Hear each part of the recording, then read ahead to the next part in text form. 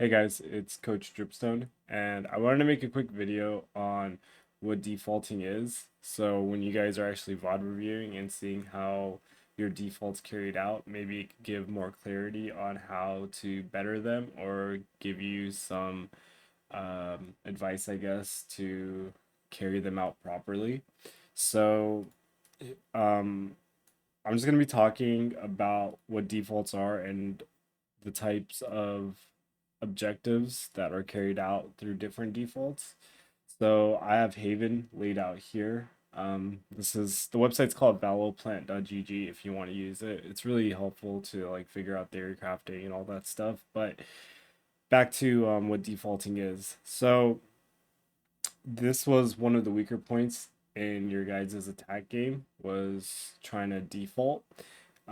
Usually your guys' 5-man executes were not that bad, or if you guys had one lurk and then a 4-man execute, they weren't that bad. But the defaults were where you guys got punished a lot. So I want to explain what it truly means to default and how to carry them out. So usually when you default, there's some sort of objective behind it. And these are all the different defaults you could do on a map. And of course, these variations could change depending on what map you're playing and what you're trying to do. So there should always be some type of like end goal with your default. And I'm going to show you an example of a 1-3-1 default and how the end goal was to capture C. But usually defaults have different, you know, objectives to them. Maybe it's to claim space, immediately. Maybe it's to info gather and see who's the easiest site to hit. So there could be different objectives when it comes to defaulting. So for example, when you're doing a 1-3-1 default, um, the objective could be to claim space in garage or mid. Maybe punish the guy playing B if they don't have like a sentinel playing it, or someone who can truly delay the push. Or maybe they're over aggressing, so you run a 1-3-1 default because you realize that the person on B site is over aggressing and pushing out their window. So you could always punish these types of plays if they're over aggressing. And the reason why is because you're creating the scenario into a 3v1 or a 3v2, which should be an advantage to you guys if played properly. So that's like the thought process behind running a 1-3-1 default. Maybe you want to run a 3-1-1 default. So you have three leaning towards a site. Maybe it's A, maybe it's C. We have one guy mid to maybe, pull a late push into garage while the three guys are going up C long.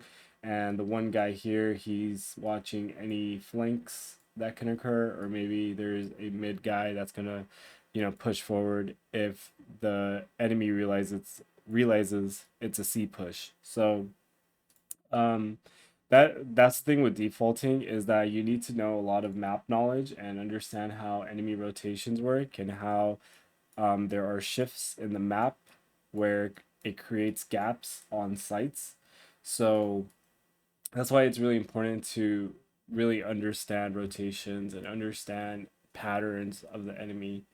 But let's just see how a default could carry out if it's ran correctly. So maybe we run that 1-3-1 default. We realize there's a jet holding B. Maybe someone is holding garage, but it's a 1-1-1-2. So two people on A.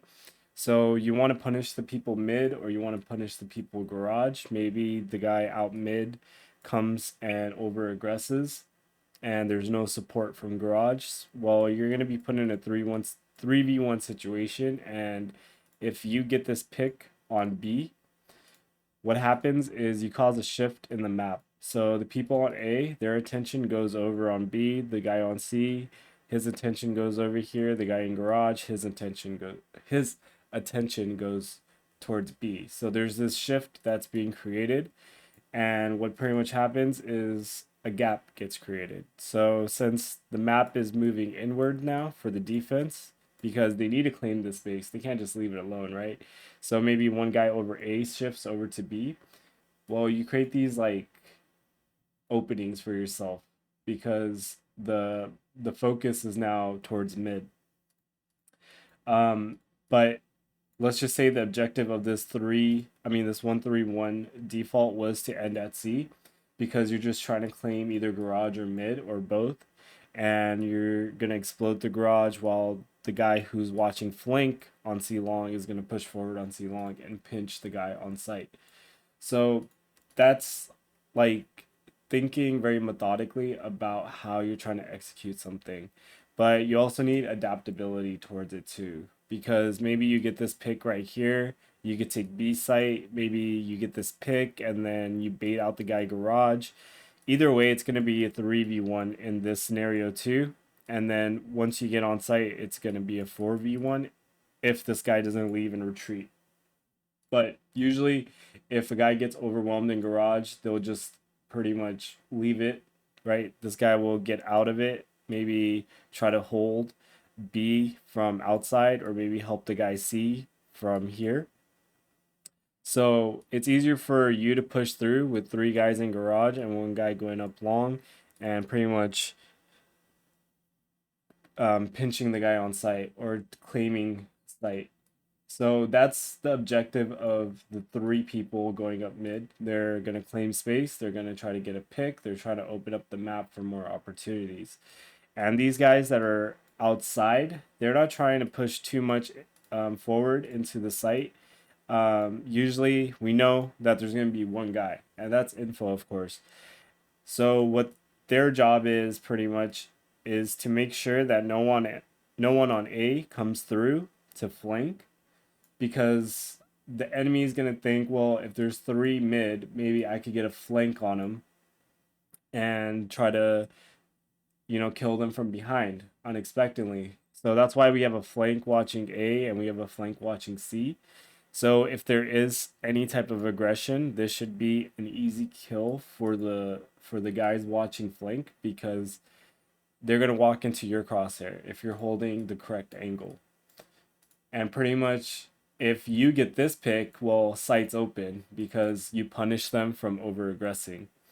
But if they don't push, then you can start claiming space as your team claims space. So if they got garage and they're in garage, this guy's job is to go up towards C. And this guy's job now is to sort of claim mid, but also claim this area. So they make sure that there's no flanks coming from A, but also they got mid rotations out of B. They got rotations into garage. And then, of course, this all depends on timing. And if you understand how long it takes for a person to rotate, because you could be holding window. If no one's coming out of here, then you could go into garage and hold a very deep position in garage. So in case they did take rotations all the way through CT, at least you have this fight. It can be a 1v1, but this is info, right? They're not going to get this space for free. So that's like a pretty thought out default. Of course, this all depends on the agents you're using and how you're going to try to execute your plan. And again, each default has its own objective. Like this one is more about mid aggression and claiming mid space. This is really good for like Haven. It's really good for Split. Maybe you're playing a different map and you do a 2-2-1 default. So maybe Ascent could be one. So you got 1 guy, let's see. So you got 1 guy tiles, you got 2 guys cat, and 2 guys here. So this guy could watch the flank, but also have info for mid flank. These guys push up cat while these guys push up main. Maybe if there's no flank here, the guy who's watching B flank could move up his position as these guys go up, try to fight for site. So that's how defaults work. Always think about what the objective is and what you're trying to actually create, and understand every person's role when they're defaulting. Understanding if they're trying to capitalize on an enemy's mistake. So like, for example, the 2 guys here, they're going to be put in a 2v1 situation. So the attention diverts over here, making A push easier to go up. and then the lurker always has mid and B flank coming. If you claim this base, it's easier for the guy's main to go up into A. So just think about that.